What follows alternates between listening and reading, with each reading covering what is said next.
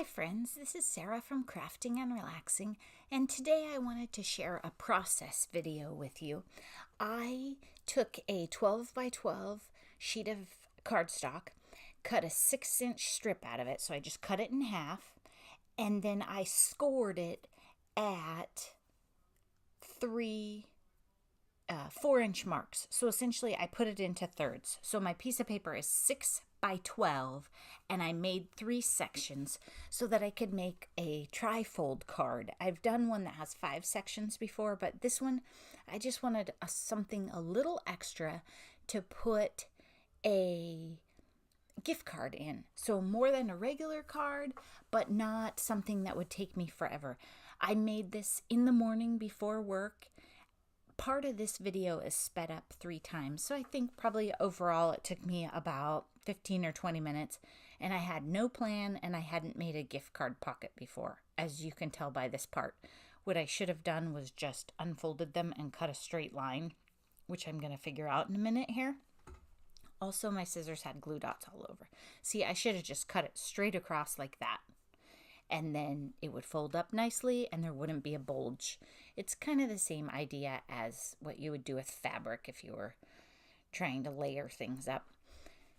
I used just baby paper and a cute pattern. I didn't have quite the color cardstock, but I just went with it. I was worried that this baby was going to come, and so I needed the thing that day. And here you can see how I work.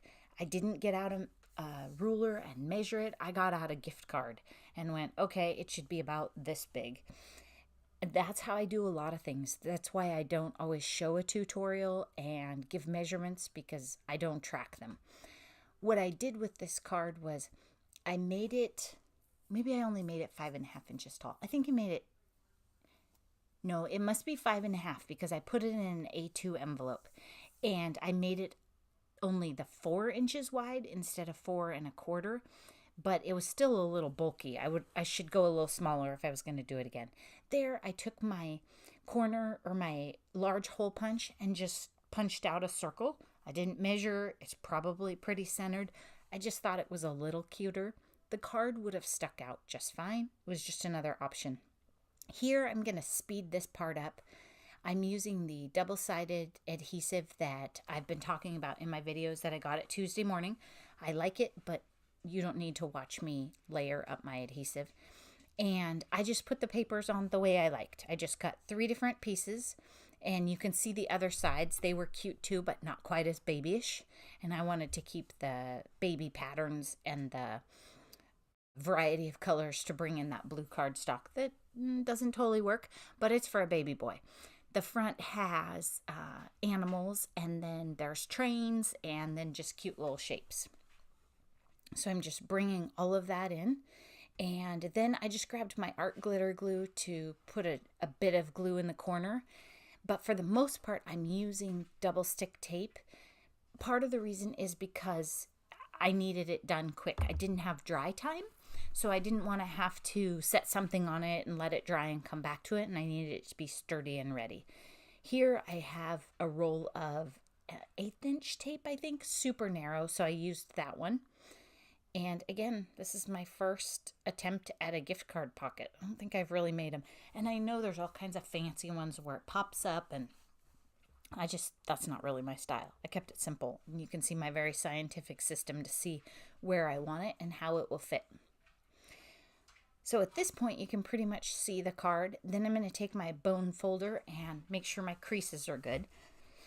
And I grabbed a piece of white cardstock that was sitting off to the side. And I don't have any die cuts that say congratulations. I did borrow one for a different project, but you can't ask your friends for things at 5:30 in the morning. So I grabbed an old wood stamp that says congratulations and stamped it. Remember, if you're going to grab an old stamp, you're going to have to ink it up and stamp it out a couple times and kind of get it all warmed up. So that's what I'm doing. I wasn't super happy with the first one, but after that it was better. Then I realized I have this big piece of white cardstock, so I might as well make the part where I'm going to write in the card. And I'm just eyeballing it, just thinking, okay, that's pretty cute paper. I don't want to cover it all up. So that's how I decided how big. Again, this is why I don't give you measurements. It sometimes it's just, what do you like? And I'm doing the same thing with this congratulations sentiment. I cut it 4 inches long so it would go across the front, and that was the extent of the science. I don't know how wide it is, and it doesn't matter. And then the tape was a little forgiving. I started to stick it down and realized it was crooked, so I picked it back up, and that's the card. Put it all together. That was Echo Park paper, and I'm testing the envelope, and it's 4 inches wide. I'm showing you the measurements there, and 5.5 long. Okay, thanks so much for watching. I hope you enjoyed that idea, and if you have questions, leave me comments. Bye-bye.